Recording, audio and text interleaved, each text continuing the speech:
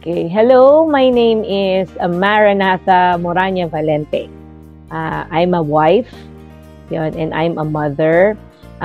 Isa lang yung anak ko, ayun, and my son has ASD level 2 and may ADHD din siya. So, what I do is that, number one, meron kaming maliit na music studio dito sa house. So, I teach music, piano and voice, and my husband teach guitar. And may mga online sideline din ako, like I teach English online, and ngayon para akong nagiging VA ng isang direct client. So I answer email, personal and corporate. Yun. So prior to that, nag-proofread din ako. So yun yung mga side hustles ko.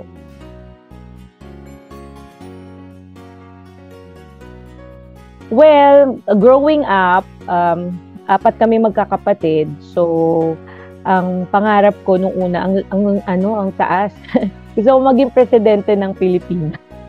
So, yun yung aking pangarap. Then at the same time, gusto ko rin maging astronaut. So, wala sa ano ko yung pagtuturo, ganun. Sa mga ano ko, yung 'di ba pag tinatanong, what do you wanna be when you grow up? So, yun yung, yun yung lagi kong sagot. Pero, I remember, growing up, mahilig ako din yung mag-teacher rat. Yan, magturo-turo. Naalala ko noon, yung mga kapitbahay namin ng mga bata. Kunyari, tinuturuan ko sila, ganyan.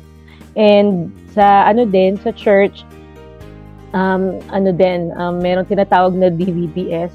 So, na-enjoy ko din yun. And, kahit, siguro mga high school, nagturo din ako ng DVBS. So, I think yun yung mga yun yung mga nangyari nung bata ako na parang nagli-lead dun sa kung ano yung profession na ginagawa ko ngayon.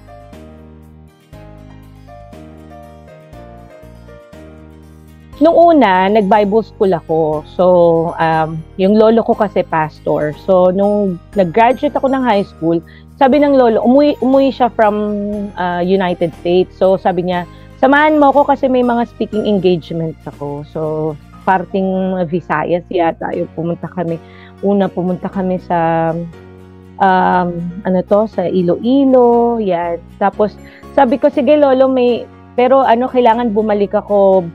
Parang, ang pasukan pa noon June that time. So sabi ko, dapat bumalik ako ng, mga April, ganyan. So sabi niya, sige, babalik naman tayo ng ganon. So magjo-June na. Hindi pa kami bumabalik sa Manila. So lolo, kailangan na natin bumalik. So sabi niya, sabi niya, ipapasok muna kita sa Bible school para, after ng high school, may background ka muna sa Bible school. Parang sama nga ng loob ko sa lolo ko nung feeling ko na loko ako na ipinasok niya ako sa Bible school. Pero alam mo, sobrang grateful ako na doon muna ako pinasok ng lolo ko. Kasi nagkaroon ako ng talagang firm foundation doon sa faith ko, doon sa stand ko as a child of God. Yun. Tapos, nung nasa Bible school ako, naging part pa ako ng gospel team na singing group siya na umikot kami sa buong Palawan, ganun. So, sobrang na-enjoy ko. To the point na, inaalis na ako ng lolo ko sa Bible school para makapasok na ako sa secular school. Umiiyak ako, sabi ko, hindi, I want to stay here in the Bible school. Pero yun, my dad convinced me na mas, yung with the talents daw that I have, the abilities that I have, mas maganda daw na mahon yun sa labas. Like, mahilig kasi ako magsulat, mahilig din akong basta mahilig ako magsulat. So my dad said na, bakit hindi ka kumuha ng journalism? Pwede ka naman na worker ka sa church, yan. And then you have then your own profession, ganyan. So ayun, na-convince ako ng dad ko. Kaya pumasok ako sa AMA University. Kumuha ako ng mass comm na course, major in journalism. Pero kasi nung time na yun, nung nandun ako sa AMA, that was the time that my dad was diagnosed with 4th stage cancer. Nakalimutan ko na yung term ko anong cancer yun. So, parang doon, devastated ako. So, wala na, parang ayoko nang mag-aral. Yun. So, fast forward, namatay yung dad ko. Kinausap ako ng mom ko, sabi niya, mag-music ka na lang. Kumuha ka ng music course kasi first and foremost, yun ang gusto ng daddy mo para sa'yo. Sabi ko nga, ba't di yung sinabi ni daddy at this time? Anyway, kaya kumuha ko ng music course ng Bachelor of Music, major in voice, minor in piano. So, parang nagstay ako doon for 5 years, and then yun nga ang maganda doon, naging part pa ako ng singing team doon sa women's ako nag-enroll, and then nakapag-tour pa ako sa Europe. So yun yung naging journey ko. Then after that, nagturo na ako sa school, yan, sa may school sa Valenzuela. Tapos nagkaroon din naman ako ng privilege na makapagtrabaho abroad as a music teacher doon naman sa Qatar. So ayun, and then doon ko na-meet yung asawa ko.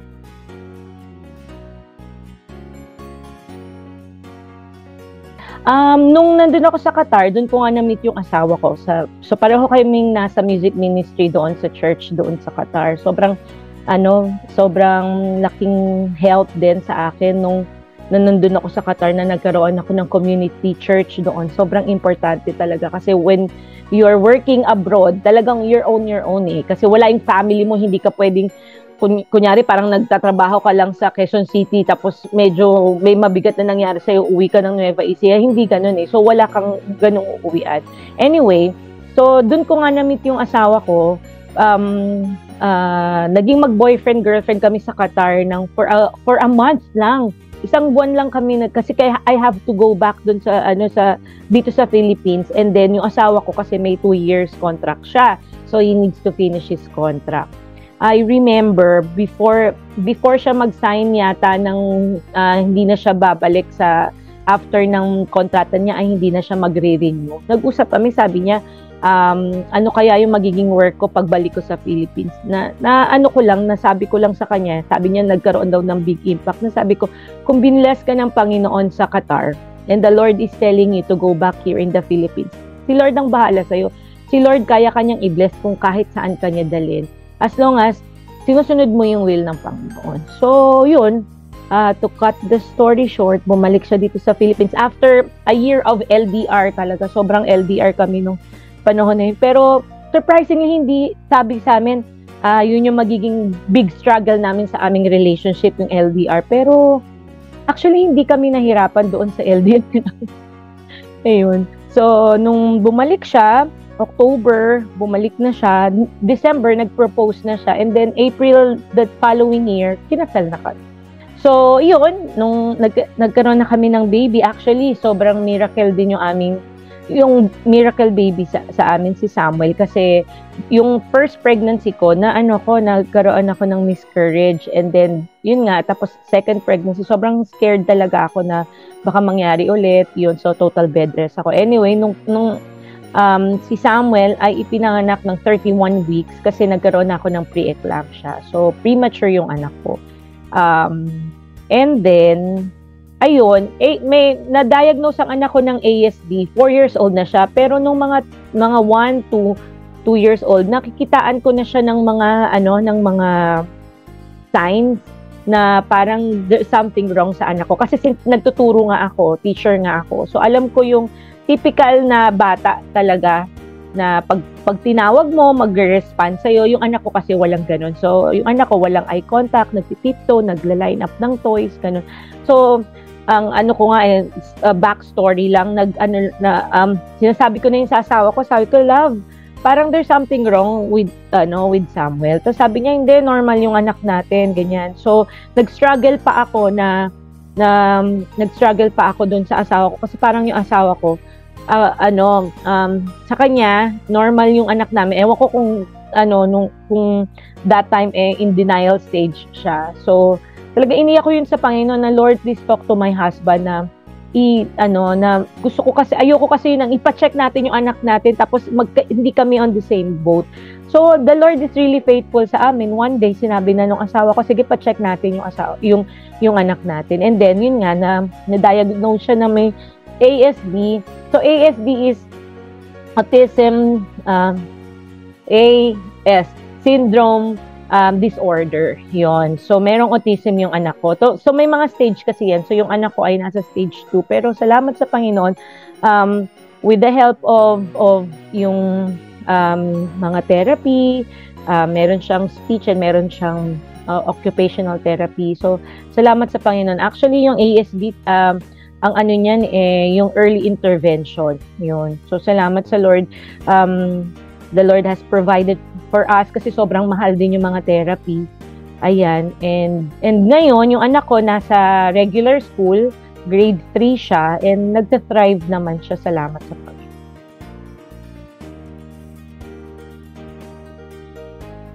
Actually, it didn't happen over time. Marami din ako mga mistake along the way. The first, very strong kasi yung personality ko, very dominant ako na tao. So, may mga times din na I pray to God na, Lord, this is my plan. Ito yung mga gusto ko mangyari sa buhay ko. But yet, may ibang plan na ino-orchestrate si Lord. May mga times na parang, Lord naman, di mo naman, ito yung gusto ko ganyan. So, it didn't happen over time na talagang yung faith mo sa Panginoon na, sige Lord, kung ano yung ililid mo. Minsan, human as we are, yung gusto natin, we are in control of our life. Pero, yun nga, talagang kailangan it takes a full surrender sa Panginoon para makita natin yung bigger picture na gustong ipakita sa atin ng Panginoon. So, yun nga, salamat din sa Lord na ang aking mga magulang ay may malalim din na relasyon sa Panginoon. Kaya growing up din, talagang hinohon din kami ni Mami tsaka ni Daddy na ito yung wag aalisin ng Panginoon sa picture ng life mo. Kasi kapag inalis mo yun sa Lord, parang sabog-sabog yung mga magiging decisions mo sa buhay.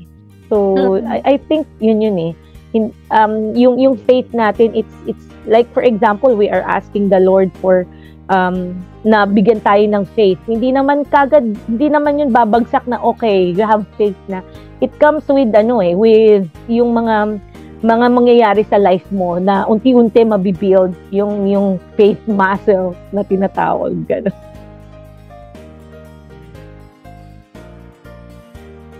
Personally, sabi ko nga, may background ako when it comes to teaching. So, alam ko yung mga typical, yung mga bata talaga na walang ganong condition.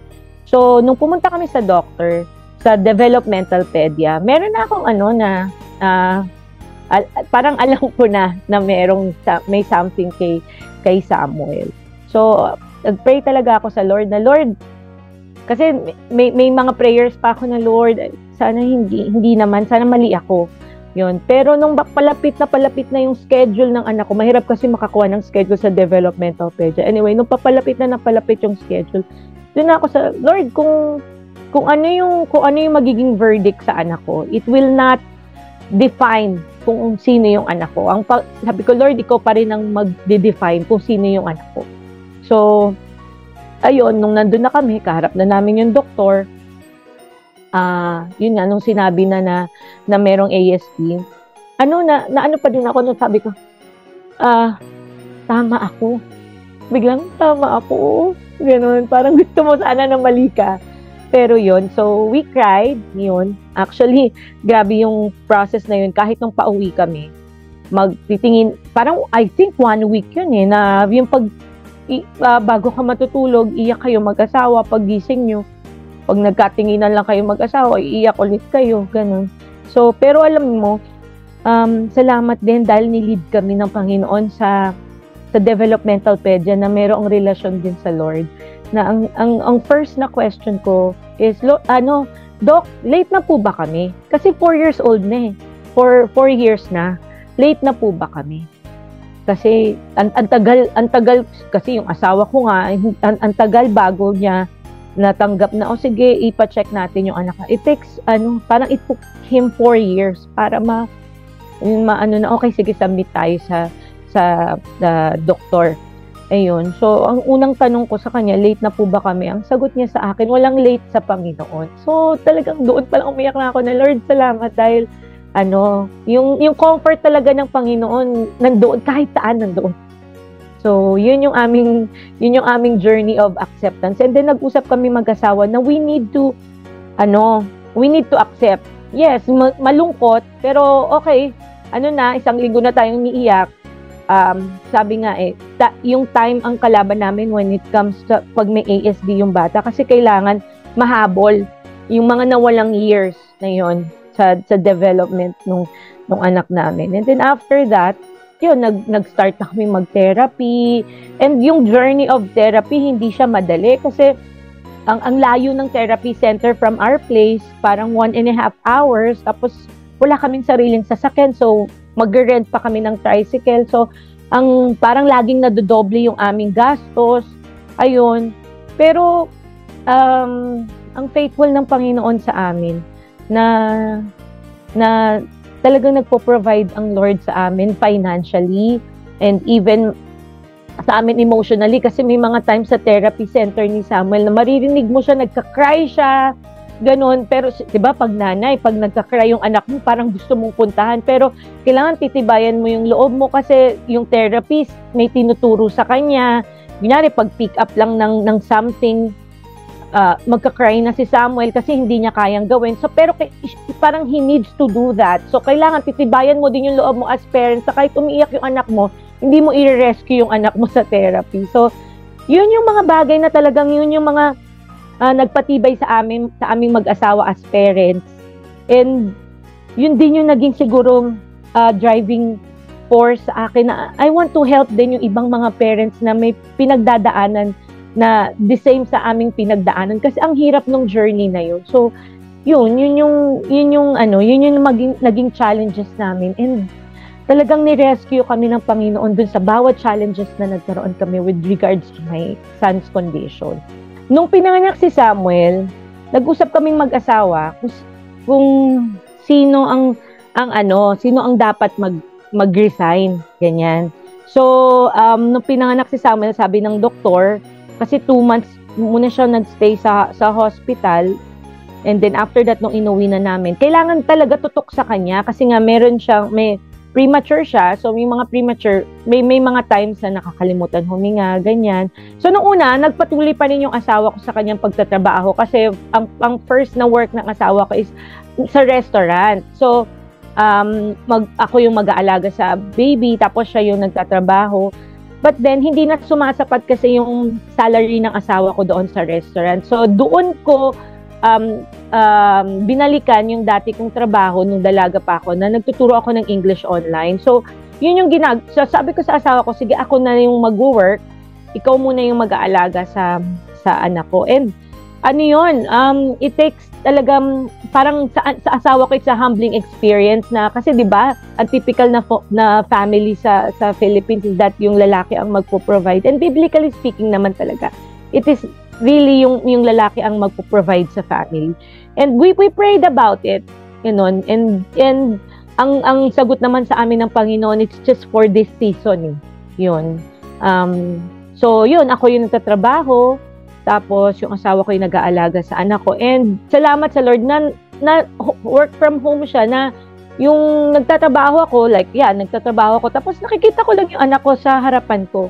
So, ganun yung ganun yung setup namin. And then, nung fast forward, nandito na kami sa Nueva Ecija, yung anak ko kasi parang semi-homeschooled ngayon. So, ako yung parang nagiging teacher talaga ng anak ko. Tapos pumapasok lang yung anak ko para mag-exam, ganyan, doon sa school na kung saan kami affiliated.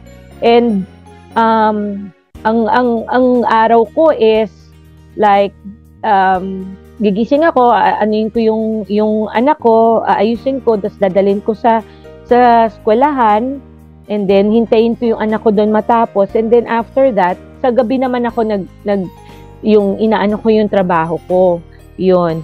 So, yung asawa ko din may work na as BPO dito sa bahay. Ang kanyang work naman is like 11 p.m. to parang 9 a.m. So, siya yung, yung ano na yon, yung aming day, minsan hindi na kami halos nagkikita, pero salamat din dahil work from home din siya. So, yun yung ano namin, that's how I juggle as a mom, na kailangan din ako yung teacher ng anak ko.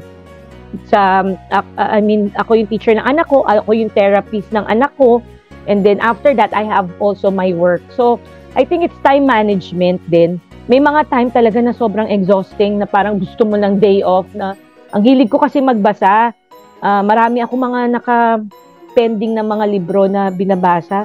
Minsan sabi ko, gusto ko lang ng one day na day off. Pero pwede pa din pala na habang hinihintay ko yung anak ko, nagbabasa ako, ganyan. So, binabalikan ko yung mga, hindi nga lang ako yung nakakatapos ng isang libro sa isang upuan. Yung isang libro ko umaabot ng 1 to 2 weeks. Pero nagkakaroon pa rin ako ng me time.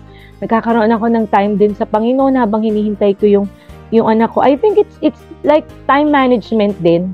Tsaka sa una mahirapan kang i-ano yung rhythm, but sa tulong ng Panginoon nakukuha mo yung rhythm na bilang nanay, bilang a career woman, bilang asawa, na nagagampanan pala sa grasya, sa tulong at sa awa at grasya ng Panginoon pala. Pwede, possible pala.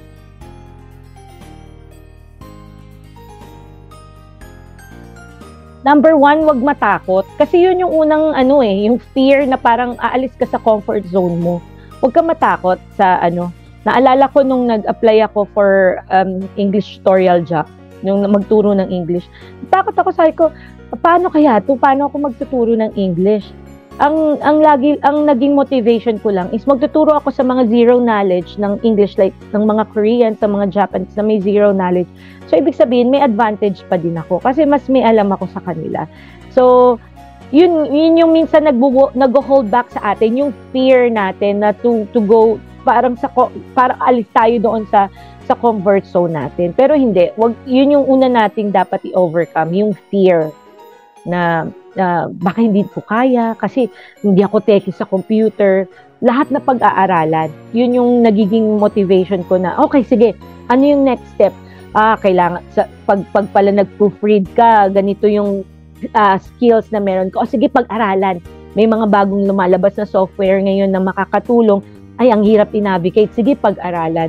So, kahit na mahirap, nagpa-progress. Ang importante, nagpa-progress, natututunan hanggang sa, parang na lang siya, nung nagtuturo nga ako ng English, parang normal na lang na nag-uusap na lang kami, tas na-navigate ko yung portal namin, na dati talagang struggle ako na ang bagal-bagal kong mag-navigate. So, napag-aaralan siya. So, yung fear, yun yung unang talaga nagpa-paralyze sa akin. Actually, when it comes dun sa mga scam na company, hindi ako ganun kaalam eh. Pero ang importante kasi, merong kumpanya. May company na, na kumukuha sa'yo. And I think, sa akin lang in a personal note, malalaman mo kasi kapag scam yan or hindi, kung ang taas-taas ng offer, yung sobrang sky high yung offer na too good to be true, parang para sa akin, doon mo makikita kung scam or hindi. Ang dami din kasing naglabas ng mga platform, and isa sa mga legit na meron is yung Upwork. Yan. And yung doon naman sa English tutorial, nag-start kasi ako sa 5-1 Talk, and then nag-Inggo ako. So, sa akin, ang hirap kasi malaman kung sa ngayon kasi ang dami nga naglabasan ng mga platform, hindi mo alam talaga kung ano yung legit o hindi. So, importante din na mag-research ka din ng mga platform na talagang na legit, na pwede ka rin magtanong sa iba, or yun nga, mag-research din kasi hindi din natin alam kung ano yung mga legit ngayon, yung especially yung mga bago. I think mas safe kung doon ka pa rin sa mga luma na mga platform. Yun nga, katulad nung sinabi ko sa Upwork, or Outsourcely, so JobStreet. So marami silang pwedeng i-offer doon na pwede yung applyan.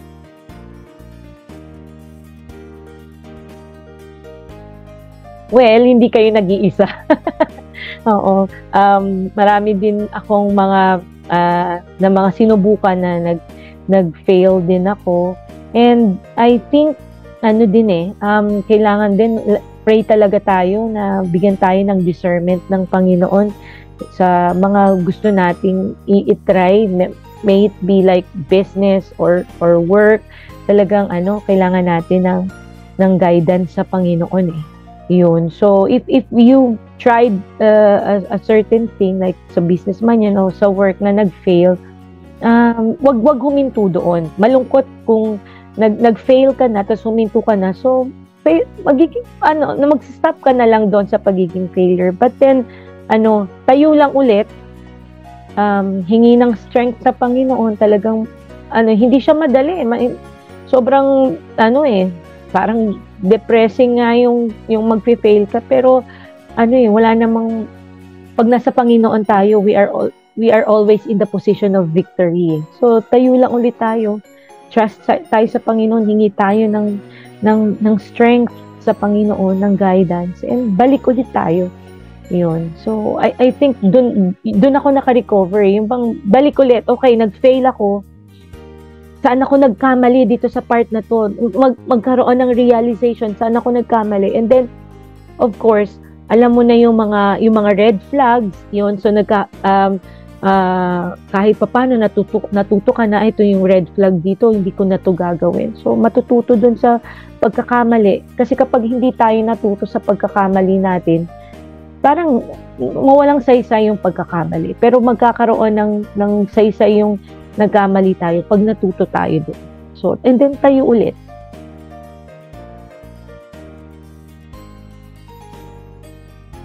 Yun, no? Especially kapag bagong graduate ka, na parang ano yung gagawin.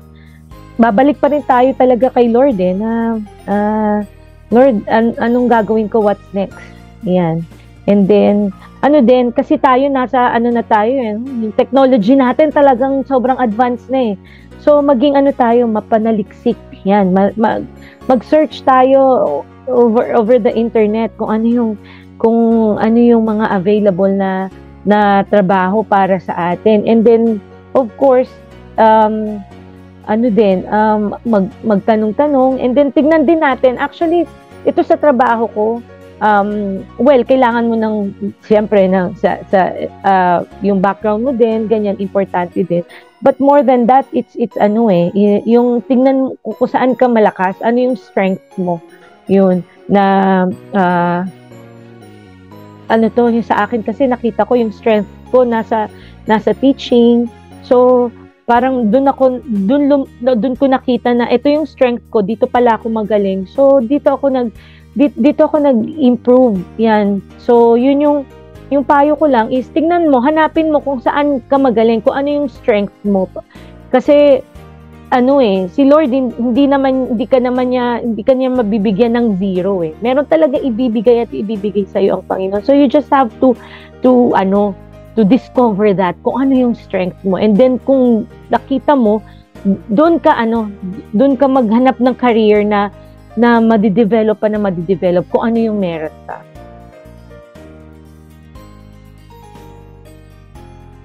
Ngayon habang nagwo-work ako, bumalik ako dun sa Bible school na pinag-aralan ko. Kumukuha ako ngayon ng Bachelor of Theology, major in Christian Ed, kasi ang plano ko makapag-board exam ng bilang teacher. Kasi nung doon sa music course ko, wala kasing board exam yun as a teacher. So gusto kong magkaroon ng lisensya bilang guro. Kasi nung napunta ako dito sa Nueva Ecija, 'di ba yung anak ko merong ASD. So naipasok namin yung anak ko sa isang central school dito sa probinsya na merong SPED. And nakita ko talaga yung need doon sa department na yon, doon sa SPED department. And nagkaroon talaga ako ng burden. So sabi ko gusto ko din magturo ng SPED. Yun. So ang sabi sa akin, magkaroon ako tapusin ko yung education units and then mag-board exam ako. Then after that, mag-MA ako ng SPED. So parang yun yung nakikita kong career path sa akin na actually it's not it's more than the career. Yung burden na kasi first hand experience ko na nagkaroon ako ng anak na may ASD. So I know the ano yung need, yung kailangan ng estudyante at the same time din ng mga parents na meron ding mga anak na katulad nung sa anak ko.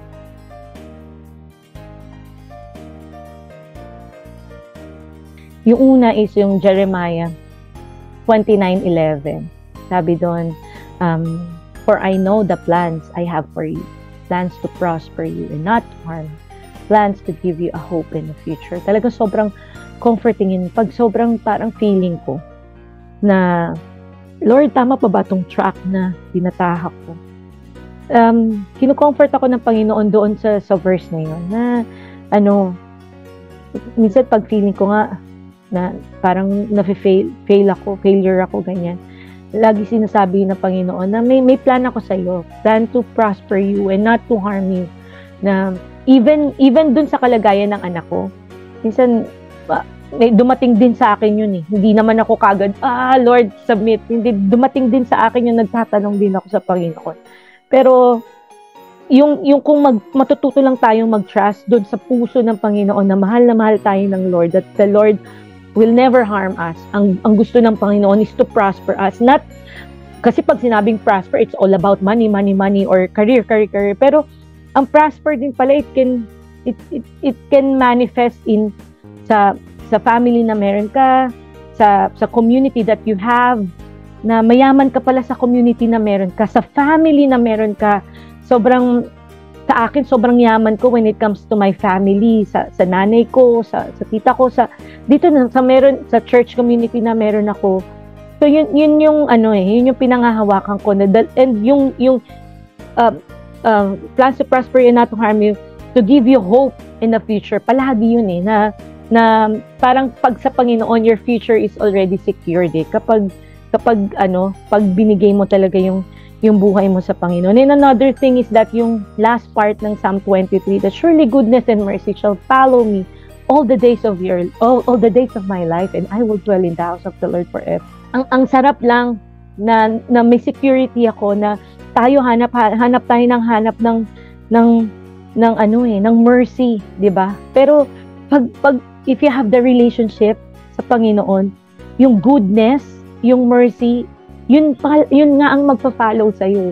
So I think the reason why nagland ako sa ganitong trabaho, na nakikita ko nag-grow yung anak ko, nag-guide ko, is because it is the goodness of the Lord, yung favor ng Panginoon. Palaging nakasunod sa akin bilang anak ng Panginoon. So yun yung yun yung mga Bible verses na hinahawakan ko, na talagang sobrang bait pala ng Panginoon, sobrang buti niya. Hindi lahat smooth eh. Hindi naman smooth sailing talaga ang life eh. Pero pag nasa Panginoon ka, even may mga pangit na nangyayari, it's still maganda pa din eh. You're always in the position of victory if you are with the Lord.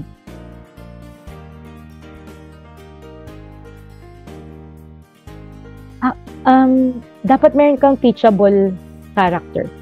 Ayun. So, hindi kasi kagad alam mo lahat eh.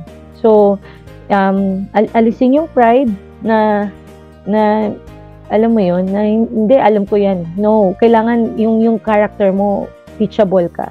Ayun. And then, alisin yung fear, katulad ng sinabi ko kanina, na para mag-try ng something. And wag aalisin yung si Lord sa picture. So, yung pride, yun ang sa'yo eh, yun yung magpuput sa'yo pababa eh, yung pride na yun. So, dapat palaging yung heart mo ready to learn. And minsan, may mga bagay ka rin na dapat i-unlearn. Ayan. So, talagang alisin mo yung pride mo, and then, okay, kung may mga mentors ka, kung meron kang like kunyari nandoon ka na sa certain company, may mga bosses ka na kailangan alam mo mag-submit ka, and yun nga, dapat yung heart mo teachable.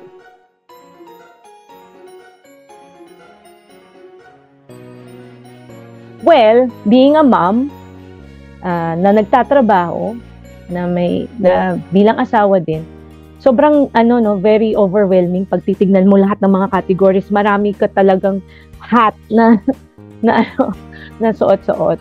Yun. So, ano lang, time management lang. Kapag napagod, stop muna, hinga muna. Hindi naman tayo robots. Yan, hindi tayo parang computer lang na sige lang na naka-program. Ano din tayo, napapagod din tayo. So pag napagod, hinga, stop for a while, pero wag hihinto. So ano lang, sobrang blessed ako na nagkaroon ako ng asawa na very supportive. Yun. So yung support system din kasi importante yun. Importante yun sa atin. And then yun nga, hingi tayo palagi ng strength sa Panginoon kasi human as we are, talagang mapapagod tayo at mapapagod if we just rely on our own strength. Pero kapag dumating tayo sa point na mapapagod tayo, tap tayo sa Panginoon na, Lord, pagod na ako pero ang dami ko pang ang dami ko pang dapat gawin, ang dami pang naka-line up. Tulungan mo naman po ako. And hindi tayo i-fail ng Panginoon when we ask sa Panginoon ng strength para ma-endure natin, mag-thrive tayo bilang asawa. Kahit tayo ay asawa, wife, meron pa rin tayong sariling personality. Yun. So talagang lang tayo. Trust lang tayo sa Panginoon na the Lord will help us to endure. And also, hindi lang tayo nag-endure. Na-enjoy din natin yung life natin kahit marami tayong mga ginagawa.